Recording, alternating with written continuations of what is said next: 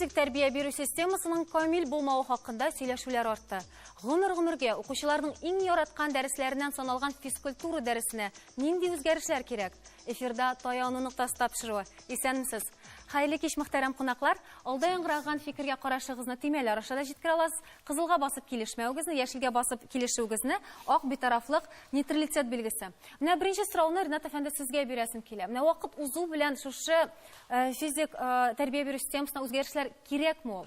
Беренчедән, безгә физик культура турында сүз алып барырга кирәк. Чөнки физик культура ул мәктәптә шундый фән бар. Физик тәрбия ул аның бер өлеше генә. Ул гомумән менә дәрестән соң, аннан соң расписаниедан соң гына эшләнә торган нәрсә. Шуның өчен физик культура ул инде хәрәкәт итүнең культурасы һәм тәннең культурасын күрсәтә. Ителештән тора. Менә шул турыда сүз алып барырга кирәк. Икенчесе, физик культура һәр вакытта ул физик сәламәтлекнең нигезе булды. Әгәр дә физик культура тиешле дәрәҗәдә куелмаган икән, балаларның сәламәтлеге тиешле дәрәҗәдә була алмый. Менә шул мәсьәлә буенча безгә сөйләшү алып барырга кирәк була. Әмма моны аңлый торган һәм шушының тулысынча үз дәрәҗәсендә шушы эшне алып баручы, шушындай сезнең кебек мөгаллимнәр дә җитәрлек түгел бит әле. Илшат әфәнде, ничек уйлыйсыз, бүгенге көндә, әйтик, 10 ел элек белән чагыштырганда, я 20-30 ел элекке балалар белән чагыштырганда, менә сәламәтлекнең дәрәҗәсе арттымы, кимедеме? Гомумән моңа караш үзгәрергә тиешме вакыт узуына карап? Мин инде бу мәсьәләгә һәр вакыт әйтеп киләм, балалар ул балалар булып калалар. Әмма менә бу балаларның бүгенге көндә, бүгенге дөньяда яшәүләре төрле яктан йогынтылар күп. Ул шулык компьютер уеннары, шулык телевизорда ниндидер яңа кинолар, анда балалар шул юнәлешкә кирип китеп баралар. Без инде менә үзебез физик тәрбия укытучылары буларак инде физкультура дәресләренә балаларны җәлеп итәбез, аларны кызыксындырабыз, ниндидер яңа ачышлар ясыйбыз үзебезгә. Әмма дә бу эштә безгә ата-аналарның ярдәме кирәк. Безгә ата-аналар бераз гына ярдәм итсәләр, без инде бу эшне тәгаен яхшырак та эшләр идек дип уйлыйм инде. Без инде мәктәптә балаларны кызыксындыру чараларын шул хәле күтәрдек. Инде дәресләрдән тыш внеклассный эш дигән сүз инде. Һәм бу дәүләт дәрәҗәсендәге эш алып барыла, шулай бит. Чыннан да физкультура дәресе кертелә, хәзер ГТОны да кайтарттылар инде. Бер яктан караганда дәүләт чыннан да үзенең балалары хакында борчыла, нормаларында киметә, баланың үзенә карап, анда категорияларга бүлә һәм башкасы. Әмма монда сәламәтлекне арттыру турында сөйләшкән вакытта бит җәрәхәт алучылар да җитәрлек. Һәм моның турында әле күптән түгел безнең мәгариф министрыбыз, илебезнең мәгариф министры ул да күтәрде. Менә бүгенге көндә безнең шөкер республикабызда андый мисаллар юк, әмма бездә ул ни дәрәҗәдә актуаль? Алмаз әфәнде.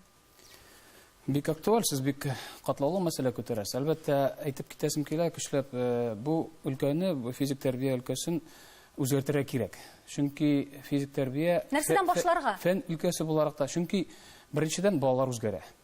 20 ел, 30 ел булган бала белән хәзерге баланы чагыштырсаң, алар икесе ике төрле. Икенчедән шартлар үзгәрә. Спорт белән, физик тәрбия белән, физик культура белән шөгыльләнү шартлары үзгәрде. Шулай бит. Икенчедән фән үзгәрде. Эзләнүләр бар.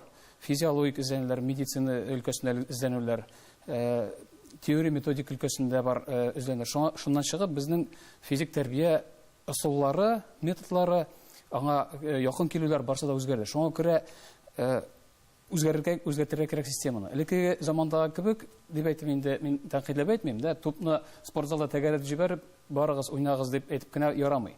Физик культура белән физик культура дәресе ул бик тирән һәм рус әйткәндә смежный өлкә. Анда медицина, физиология, психология, педагогика бөтен өлкәләр бар. Сезнең сүзегезне әйтәсем килә, әле күптән түгел генә мәгариф министры шуннан әйтеп китте, үткән елда 200 бала һәлак булган физкультура дәресендә. Куркыныч цифр. Моңа игътибар Шуңа күрә җыелдык та чыннан да борчылабыз. Мондай хәлләр булгач кына түгел бит. Моңа кадәр сөйләшергә кирәк, Елназ. Минем менә бу очракта әйтәсем килгән иде. Физкультура дәресе әйттегез, менә сез ул җыелма бер медицинада да, физкультурада бар, башка юнәлештә бар. Мин бераздан каршы килерим, чөнки физкультура беренче чираттадыр инде ул тәнне сәламәтләндерү юнәлешендә алып бара торган эштер. Ни өчен әйтәм, менә ата кеше буларга әйтәм, мәктәптә укучыларга шәхсән үземнең кызыма инде, мәсәлән, дәрес калдыра икән, реферат язарга кушалар физкультурада. Аның бит бер файдасы да юк үзенең, менә бу нәкъ физкультура юнәлешендә аның файдасы бармы реферат язуның? Бу сорау бәлки сезгә Илшат әфәнде, башка кешегә. Илшат әфәнде. Бу инде реферат, мин үземнең мисалдан чыгып әйтәм. Мин бүгенге көндә балалардан реферат алмыйм. Чөнки ул реферат менә без 20 ел элек калган безнең рефератлар ул. Хәзер балалар компьютер яраталар. Алар ул компьютерларда бик күп әйберләр эшлиләр. Менә мәсәлән килә бала, менә мин авырттым ОРВИ белән ди. Респираторный вирусный инфекция белән ди. Менә мин инде сорыйм, менә нидән килеп чыга бу авырту? Менә физкультура белән шөгыльләнсәң, бу авыртуны Димәк, асылы физкультура дәресенең асылы булырга тиеш бит инде баланы сәламәт яшәү рәвешен алып барырга өндәү һәм бу очракта бар иде, әйме, әйтеп киттеләр монда куркыныч сон, әйме. Менә моның ошыкларга иде. Бу куркыныч сон ни өчен килеп чыккан соң? Бәлкем бу мәктәпләрдә физкультура инвентарьлары дөрес дәрәҗәдә түгелдер. Хөкүмәт аларны кайгыртмагандыр. Бәлкем ул шулардан да килеп чыгадыр. Бәлкем аны тирәнрәк эзләргә кирәктер бу проблеманы. Сәбәпләрне Ринат әфәнде. Моның беренчедән сәбәбе монарда. Ул Татарстанда гына түгел, гомумән Россиядә күп кенә мәктәпләрдә физкультура дәресләре аз. 8, 9, 10 сәгать. Шушы вакытта аңа специалист килми. Аны килсен аларга 9-10 мең сум акчага гренадер шикелле егет. Мәктәпләрдә шушы дәресләрне бөлеп бирәләр башка укытучыларга. Математика, физика, лирика. Бу законны бузу дигән сүз. Законда язылган физкультура дәресләрен только физкультура, югары белемле физкультура укытучы алып барырга тиеш. Бу беренчесе. Икенчесе, ну бит алар мискиннәр, теге математиклар физкультура укыган нәрсәкә ф хәрефен дә белми. Ул менә Мирзанур, Алмаз Мирзанур әйтте, топны бирә, теге чыгарып тибә. Ансалы бер хәл. Алар төрле ярышлар оештыралар. Әйдә 50 метрга йөгерәбез, әллә 100 метрга. Ул бүген үлмәсә иртәгә җәрәхәт алырга мөмкин. Менә күп кенә очракта менә шушы сез әйткән ниләрнең сәбәбе менә шунда ул. Физкультура укытучылары алар сөткеже белә. Алар укытабыз без аларны физиологиядан да, анда лечебный физкультура бөтенесен алар. Кадрлар мәсьәләсен без аңлашылды, без хәзер аның турында тәфсилләбрәк сөйләшербез. Менә хәзер без инде әгәр дә җәрәхәт алу турында сөйләшәбез икән, диме?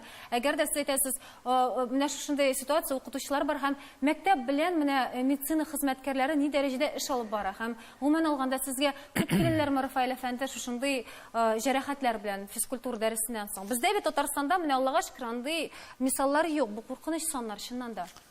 Ул мәктәп физкультура занятиесендә түгел, барлык булган. Барлыгы гомумән алганда. Безнең республикада бар мәктәптә үлгән, мәктәп яшендә үлгән 3 бала, менә безнең.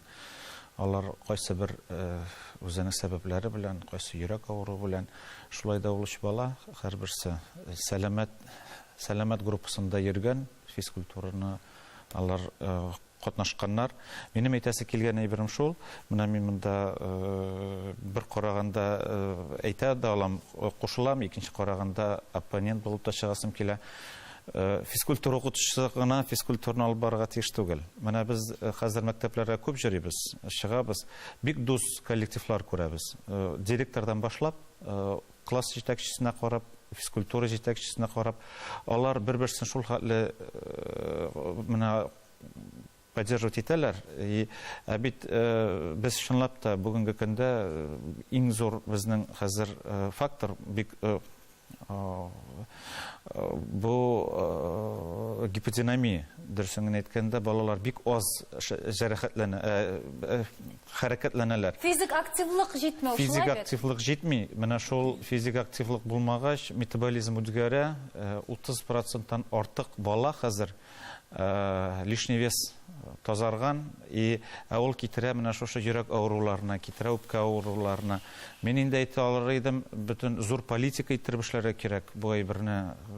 Физик активлык булырга тиеш хәзер беренче класстан. Беренче класска хәтле булырга тиеш. Менә шушы әйберләр, менә шушы сүзләр бик дөрес булырга тиеш, чөнки алар ятырга тиеш әтиянигә дә. Бүгенге көндә бит тәрбия дибез, ул тәрбия физкультура укытучысы гына аны эшләй алмый берничек тә. Бу бергәлектә барырга тиеш, Бергәлектә әтияни белән бергәләшеп, мәктәп укытучы һәм әтияни. Әмма Рафаил әфәндегә соравым бар. Ул Сорауга күчербез һичшиксез рекламадан соң.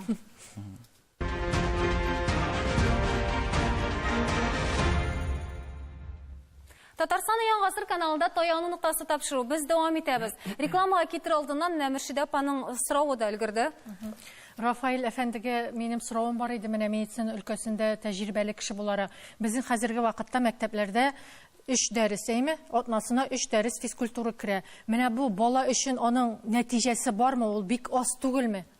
Менә мин тагын әйтеп китәм, монда сүздә әйтелде реферат. Реферат та кирәк. Дөресен генә әйткәндә, балага өйрәтү кирәк. Ул 3 сәгать белән генә атнага 3 сәгать белән без алга китә алмыйбыз. Бала көн сайын актив булырга тиеш. Җәяү җиргә тиеш. Менә монда кызык килеп чыгаймы? Менә гиподинамия дидек. Безнең менә шундый бар проблема, физик активлык түбән. Менә безнең балалар барысы да компьютер каршында утыра 100% дип әйтербез инде тиздән, чөнки әтиәниләр ничәдер яшькә кадәр туктата ала, анары беренчегә туктатып булмый, замана таләбе. Нәрсә эшли алабыз соң без, физкультура укытучылары? Хәзерге көндә Татарстанда 15% бала мәктәптән тыш, мәктәптәге физик тәрбия дәресеннән тыш спорт белән, физкультура белән шөгыльләнә. Бу мәктәптән тышкы уку йортларында. Мәктәптәге спорт секцияларында хәзер 61%. Шуңа күрә 51%. Татарстанда барлыгы 65% бала мәктәптәге физик тәрбия дәресеннән башка спорт белән шөгыльләнә. Күпме бу, әзме? Россия күләмендә бу күп, чөнки Рәсәй күләмендә 43%. Германиядә 78%, Британияда 85%, АКШ Кушма Штатларда 100%.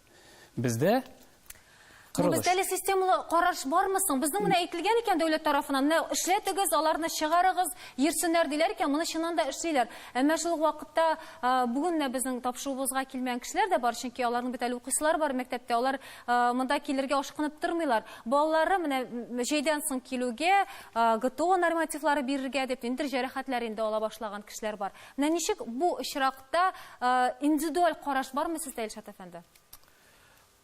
Нәрсә эшләргә? Менә кирәк чыннан да укый башладылар. Дәүләтнең үзенең нормасы, мәктәп үзе таләп итә, балага нишләргә? Ул әзер түгел, ул әле килгән генә каникуллардан. Каникуллардан килгәч, баланы инде ГТОга без инде беркайчанда килү белән кертеп җибәрмибез ГТОга.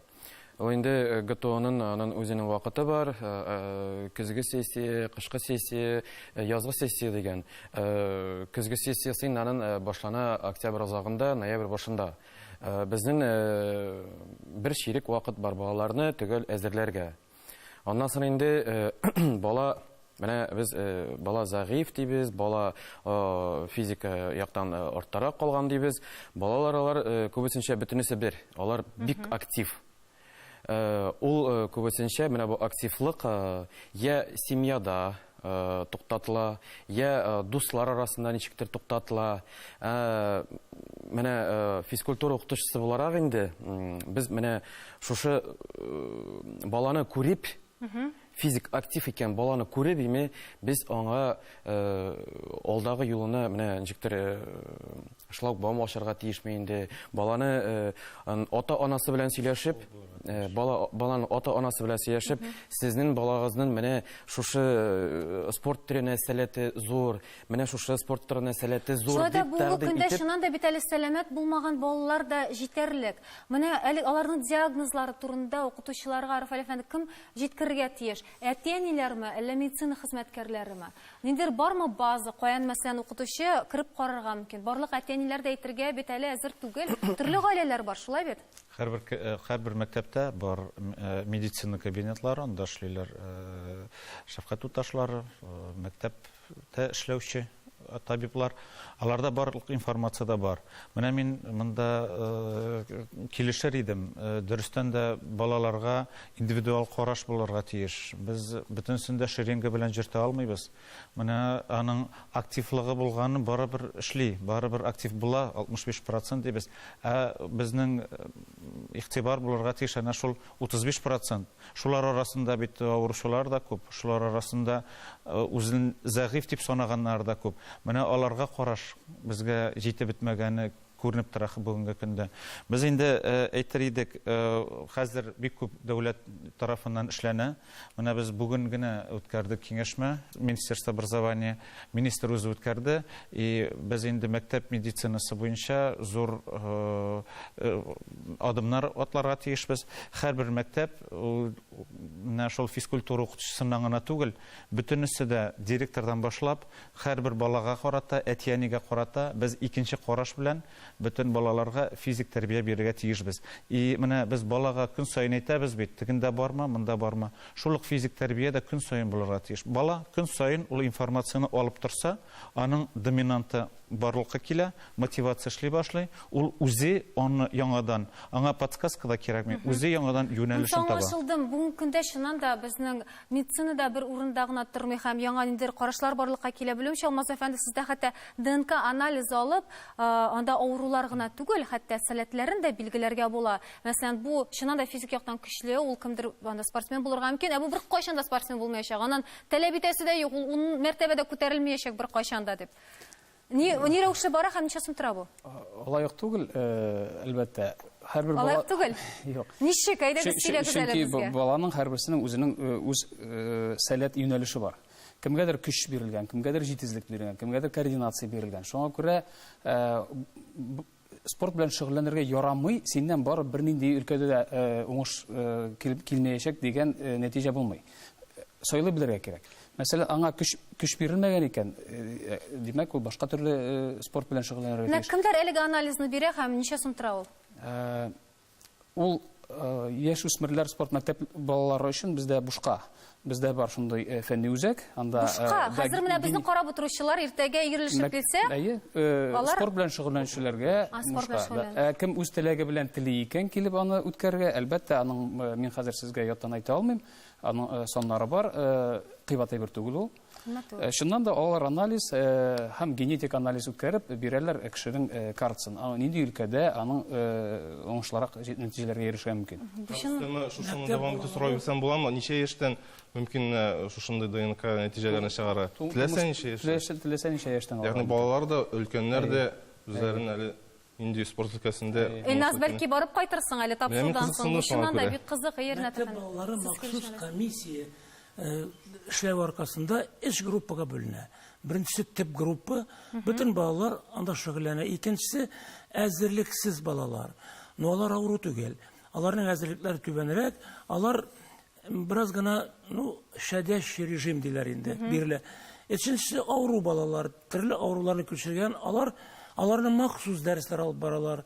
Дәрестән соң алар башка балалар белән бергә шөгыльләнә алмый. Менә бу бөтен мәктәпләрдә кертелгән нәрсә. Беренчесе, икенчесе, менә физкультура дәресләрен без күп вакытта бик зур хата ясыйбыз. Әйдә, йөгерегез, давай шуны эшләгез дип, физкультура дәресләре, башка фәннәр кебек, гомуми белем бирү дәресләре, татар телеме, рус телеме, математика, алар бит 2 сәгать тоже бирә. Безнең дә давай 4 сәгать ясыйбыз. Менә бу әлегә дә баягы укытучыга бәйләнә. Әгәр дә укытучы моны җиткерә ала икән, әгәр дә ул кызыксын уята икән, әгәр дә баланы тарта ала икән, балан ул тәнәфестә дә барып уйнап килергә мөмкин, шулай бит. Һәм барлык куркынычсызлык чараларындагын аңлатып куя икән. Әйдәгез әле менә шу кадрлар мәсьәләсе буенча бер видеоязма карыганнар дәвам иттербез. Абдулла Тукай исемендәге Арча педагогик клиентендә физик тәрбия буенча укытучылар әзерләү 1990 еллардан бирле уңышлы ашырылып килә. Бүгенге көндә бу белгечлек буенча 100дән артык бала белем ала. Шуны әйтәсем килә, соңгы елларда спортка игътибар арту белән бу һөнәрне сайлаучылар саны арта бара.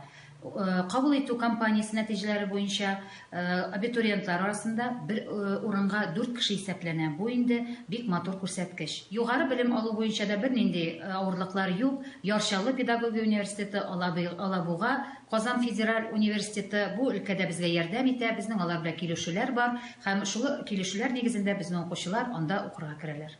Әйтергә кирәк, бу мәсьәлә физкультура һәм спортка көннән-көн игътибар арта бару, ул бу көн таләбе, чөнки балаларның әзерлек дәрәҗәсе җәмгыятьне борчый. Шунлап та әйтүләренә караганда санэпидстанция башка органнарына бит 10% чыгарылыш укучылары 11 классны бетерәләр, күп дәрәҗәдән дә таза дип санап була торган. Шулай булгач, бу мәсьәләдә әзер без үзебезне киләчәк буны таза сәүдә тәрбия алабыз икән. Бу сынапта кем кадагы Менә Татарстан Республикасының Фән һәм Мәгариф министрлыгыннан алган мәгълүматларга күз салсак, республика мәктәпләрендә узган уку елында 1967 физкультура укытучысы дәресләр алып барган һәм 2017-24 елларга ясаган фараз буенча 2017-18 уку елларына 71 физкультура укытучысы кирәк булачак диләр. Менә димәк укытучылар проблемасы да бар. Чөнки бүгенге көндә менә сезнең хезмәт хакыгыз күпме? Илшат әфәнде. Гомумән, бәлки сез бит инде беләсез башларда. Бер ставкага. Минимум һәм максимумны әйтсәгез бәлки. Бу инде бик кызык сорау. Где-то 20 тирәсе чыга инде. 20ләр тирәсе чыга. Менә Мөршидә апа, ничек уйлыйсыз, күпләр менә яхшы физкультура укытучылары бу акчага барырга әзерме? Әлбәттә, бу суммага ир-ат укытучысы бигрәк тә бармаячак инде. Шуңа күрә мәктәпләрдә физкультура укыту дәрәҗәсе дә түбән булачак. Һәм бит укып чыккан физкультура укытучылары җитәрлек. Менә ни өчен кызыксындыру чаралары, белем грант системалары хәзер бит нәрсәләр генә юк, Ринат әфәнде. Ничек тартырга була яхшы бер дигән укытучыларны шушы мәктәпләргә? Министрлыкның күптән приказы бар. Физкультура укытучылары менә шушы 18 сәгатькә бер ставка ала, шулай бит. Шуның өстенә һәрбер мәктәптә дәрестән тыш төрле мероприятияларны алып бару өчен аңа әгәр дә класслар саны 30 булса, аннан да югарырак булса, тагы бер ставка бирә. Аннан кимрәк булса бераз генә 30дан аз генә ким, аңа ярты ставка бирә. 20дән ким булса 0,25. Приказы бар ул. Аны бер кем дә түләми. Менә бу чыннан да физкультура укытучысы дигәндә күп очракта без инде үзебезнең нидер образда хәтта барлыкка килде. Балаларга җәрәхәтләр ясамыйча гына сәламәтлеген арттыруда нәрсә таяну ноктасы булырга тиеш? Минемчә, педагогларның, тренерларның квалификациясе. Мин сезгә бер мисал китерә алам үзебезнең Татарстан практикасыннан. Татарстанда төзеләр 40тан артык боз сарае. Кабинет министров карары буенча бу сарайларга куйдылар видеокамералар. Тикшерү өчен түгел тренерлар өстеннән, объектларның, боз сарайларының күпме күләмдә рушеткан загружен, күпме алар шөгыльләнәләр, да? Шуны караганнан соң алар шаккаттылар.